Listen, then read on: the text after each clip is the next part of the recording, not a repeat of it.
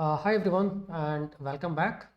So in this video we are going to talk about the integration of API gateway with Lambda in deep down. So let's see, we already have one Lambda created and we need API gateway for that.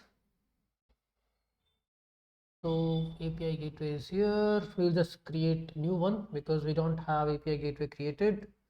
We just want HTTP REST APIs. Okay, let's get it started. New API.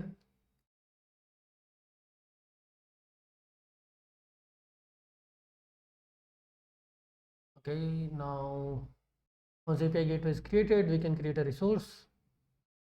Let's say user.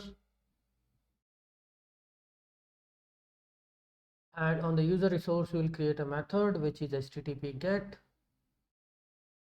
And now if we talk about the integration, here integration points are like you can talk to AWS service, you can talk to HTTP. So HTTP endpoint is like you already have some internal API endpoint you want to call this from this API gateway, or you can also do the mock request. So if I do the save, and if we talk about this request response cycle, now you will see this kind of a screen, right? What it does is you can also test it and you will get some success response, no data. This is response header, response body, and you will get 200, right? So this is the mock request, just for getting to know what is this request response cycle contains. So here we see method request, integration response, method response, right? So whenever you write REST APIs, it's not like, okay, you just create HTTP GET. You have to deal with a lot of things. You have to deal with the query parameter, request body, right? Response body, response template, all these things you can customize. So if you think about simple Node.js REST API, you have to do a lot of other things if you want to handle the request parameter, query parameter, right? If you want to validate the request in the payload, if you want to validate the headers, all these things. So that is covered in the request response lifecycle. Currently we are just we can test it. This test can represent any your front-end client. Here we are making the request. Okay, this is the method request, and here we can customize a lot of things. So this is the request validator, and it can, like, you can validate the body, you can validate the header, all these things you can do. Validate query string, query parameter. So it's like a gatekeeper. If you are not able to validate here, then you will not be passed. API key, if you have set an API key at the global level, like you have set the API key from here, that means the API key is required. Otherwise you will not be passed through this API. Query string and string parameters, HTTP request headers, request body, all these kind of validations you can do here. So this acts as a gatekeeper.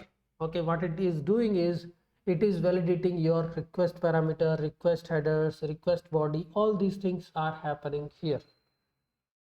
Like you can set a header and you can capture the value here, a lot of other things you can do. So this is acting as a here you can also set a model name. Is you have to create a model name, like model name means I need a username, password, or email in the request body. So you can just create a model and you can set the models here. So here you can create a models, like you can create, there are two models right now, empty or error, but you can create your own new model. This is used for request validation. Like in the request there must be username and password, so you can do that. Okay, let's go back to our gateway and this resource which is integrated with the mock. So this is your integration request. Now integration, we already know that you can integrate with a Lambda, HTTP endpoint, or mock, or VPC link, or AWS services, and this is the template. Okay, so what these templates do is, if you want to do some kind of a transformation in the request, what you are getting from the request, HTTP client request, to whatever you are receiving in the Lambda, so all those things will happen here. So you can add a mapping template. Here I think you can configure a template. So generic template is method request pass through, or you can also create your own mapping template and save it. Content type header, it is just doing a simple mapping. So application JSON, it's just a mock request, right? So what this mock request is doing is it is just sending this template back to us. We will think more about this when we are doing integration with Lambda. But it's a mock request. Whenever you are testing it, it just, what it is doing is it is just returning you the 200 response status, right? Now, if I change this integration to a Lambda, then we will be able to explore more on this. So integration request, if I change it to Lambda, and we have Lambda created, hello node.js, save.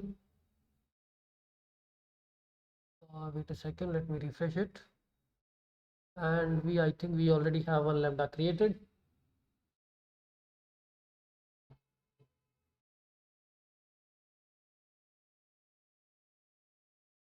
Okay, so we are overriding with this. Hello node.js doesn't exist. Okay, let me see the Lambda. I think I changed the Lambda name.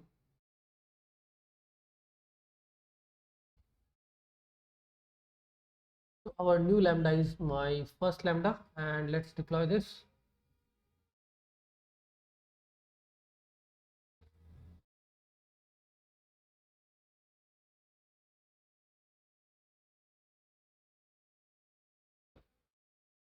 So we can just test this template.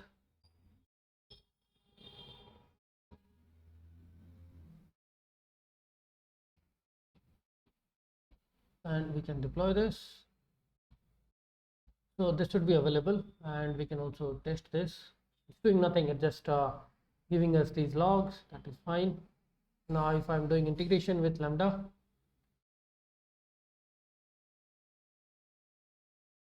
I have to just set this Lambda to something else. Now we are able to see to my first Lambda, and it's like I need to go to integration request again and have to reset it. I don't see a save option.